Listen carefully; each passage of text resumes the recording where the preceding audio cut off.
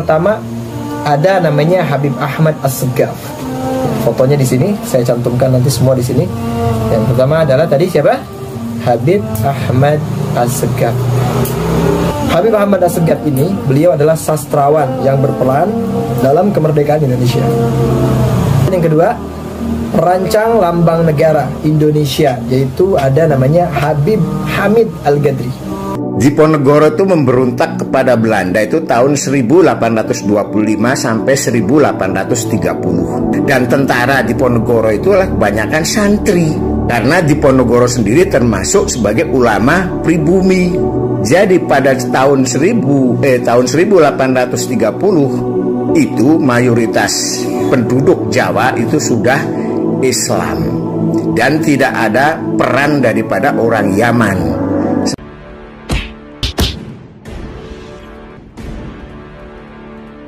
Saya akan menunjukkan kepada teman-teman semua yang dimuliakan oleh Allah Subhanahu wa taala terkait apa sih perannya para habaib untuk kemerdekaan Indonesia. Karena kan sekarang fitnahnya Masya Allah ya, luar biasa kepada para habaib ini. Maka teman-teman yang dimuliakan oleh Allah Subhanahu wa taala, ya kita perlu tahu di sini yang pertama ada namanya Habib Ahmad Assegaf. Fotonya di sini, saya cantumkan nanti semua di sini.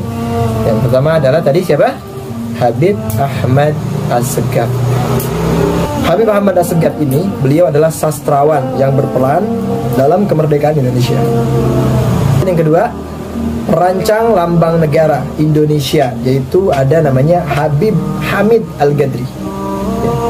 Kemudian setelah itu, kemudian ada lagi Bapak Paskibra, komponis lagu nasional, namanya Habib Hussein Al-Mutakhar.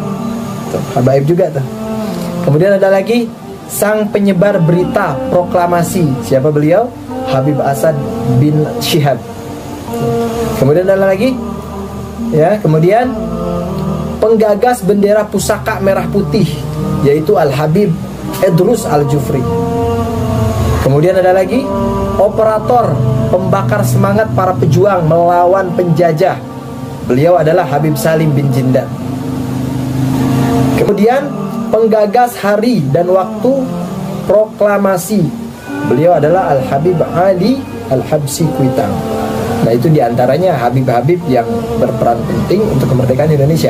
Sebetulnya banyak ya teman-teman sekalian, bukan hanya ini saja, banyak sekali gitu ya data-data yang ada, terutama habaib-habaib yang saat itu jadi tentara, jadi TNI, dan juga yang bergabung bersama TNI gitu ya untuk kemerdekaan Indonesia. Hari ini kita bicara sejarah, tetapi sejarah masa Gubernur Raffles di Jawa. Jadi Hindia Belanda ini, kita ini pernah dijajah oleh Inggris sebentar, sekitar berapa tahun, mungkin nggak sampai 10 tahun, akibat perjanjian antara Inggris dan Belanda, sehingga Belanda menyerahkan Nusantara ini kepada Hindia Belanda ini kepada Inggris. Nah, gubernur Inggris di Jawa ini namanya Raffles. Raffles lebih dikenal sebagai penemu Borobudur, Prambanan dan sebagainya. Penemu dalam artian dia melihat Borobudur dan Prambanan, kemudian melakukan laporan ke Raja Inggris, Ratu Inggris tentang candi tersebut. Jadi bukan menemukan, kalau menemukan yang asli ya sudah ada kan, tetapi yang mengabarkan bahwa di Jawa ini ada Candi Borobudur dan Candi Prambanan ke masyarakat Eropa adalah Raffles.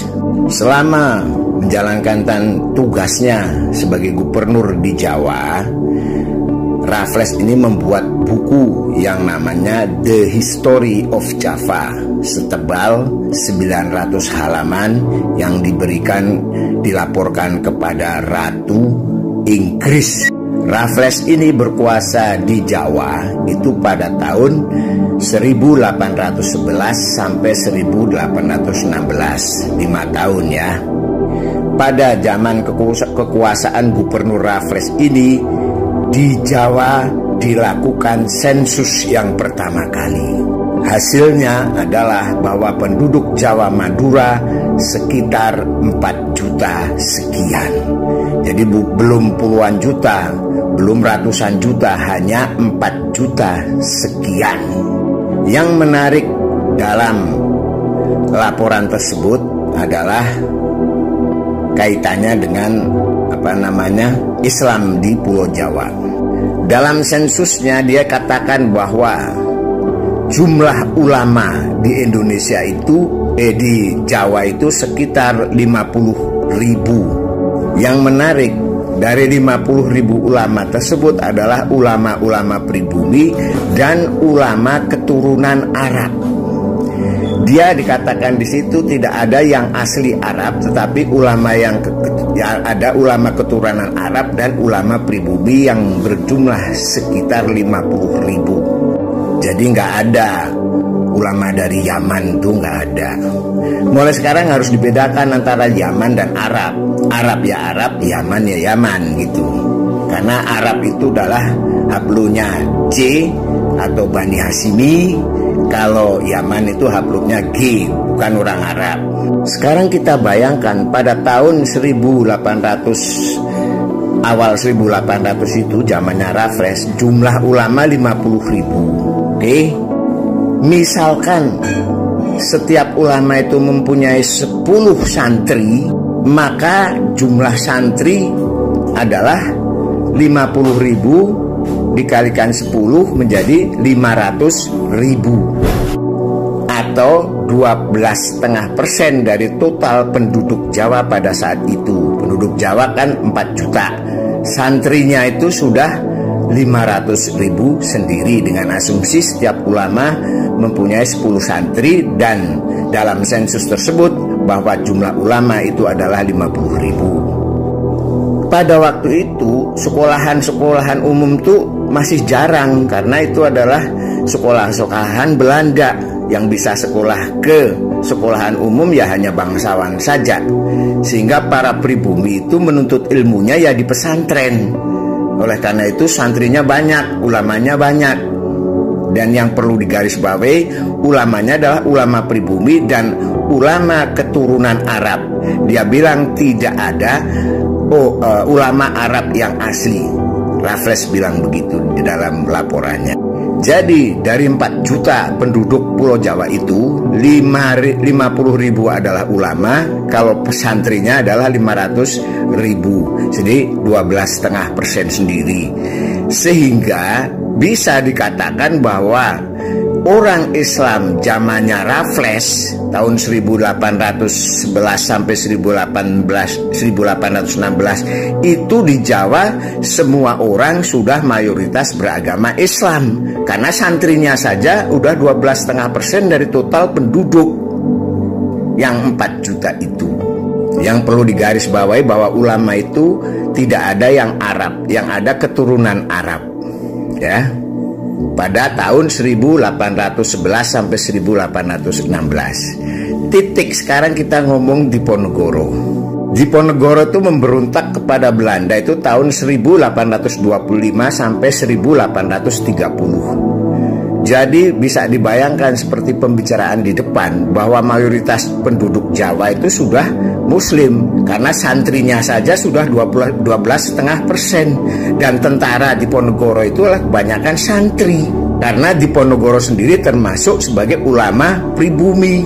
Jadi pada tahun 1830 itu mayoritas penduduk Jawa itu sudah Islam, dan tidak ada peran daripada orang Yaman.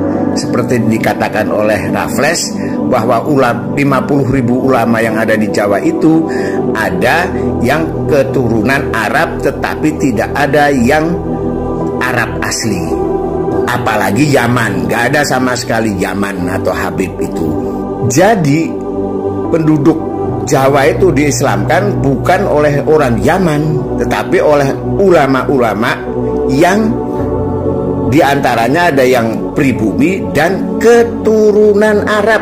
Bukan Arab, tapi keturunan Arab. Bukan Arab, apalagi Yaman. Yaman bukan Arab, yang belum nongol di Jawa pada waktu itu. Nah, orang-orang Yaman yang dibawa Belanda itu datang setelah apa? Setelah pemberontakan Diponegoro. Jadi mereka datang pada akhir abad 18. Jadi tidak benar kalau yang mencetak ulama itu orang Yaman, tidak benar sama sekali. Karena pada zaman perang Diponegoro itu tahun 1825 sampai 1830 mayoritas penduduk Indonesia Jawa sudah Islam. Bahkan sebelum itu zamannya Gubernur Raffles itu jumlah ulama itu 50.000, jumlah santrinya itu 500.000. Kalau asumsi satu ulama itu 10 santri, maka jumlah santri di Pulau Jawa pada tahun 1811 itu sudah mencapai 12,5% dari penduduk Jawa. Itu santrinya tok. Maka bisa disimpulkan bahwa pada tahun 1811 itu hampir semua penduduk Jawa sudah Islam. Jadi sama sekali bukan karena ulama Yaman. Gak ada sama sekali ulama Yaman belum datang.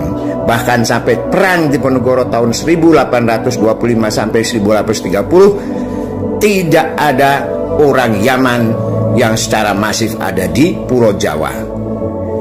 Karena orang Yaman tersebut dibawa oleh Belanda pada akhir abad 18. Mereka baru datang ke sini. Jadi Taufik Assegaf yang mengatakan bahwa pencetak ulama di Indonesia itu orang Yaman adalah bohong, karena tidak membaca sejarah. Jadi yang mengislamkan Pulau Jawa itu Wali Songo yang keturunan Arab, bukan Yaman. Oke? Dan para ulama pribumi sudah mungkin hampir 100% penduduk Jawa itu Islam. Ya, terbukti dengan perang Diponegoro yang menyulitkan Belanda karena jumlah tentaranya begitu banyak. Orang Islam semua. Nah, orang Yaman itu datang ke Indonesia itu setelah pemberontakan Diponegoro akhir abad 18. Jadi tidak ada orang Yaman itu mencetak ulama di Indonesia. Nggak ada. Di Jawa nggak ada yang mengislamkan pribumi. Nggak ada itu. Ya. Dan harus diingat, jangan ngomong Yaman itu Arab. Yaman ya Yaman, Arab ya Arab. Oke?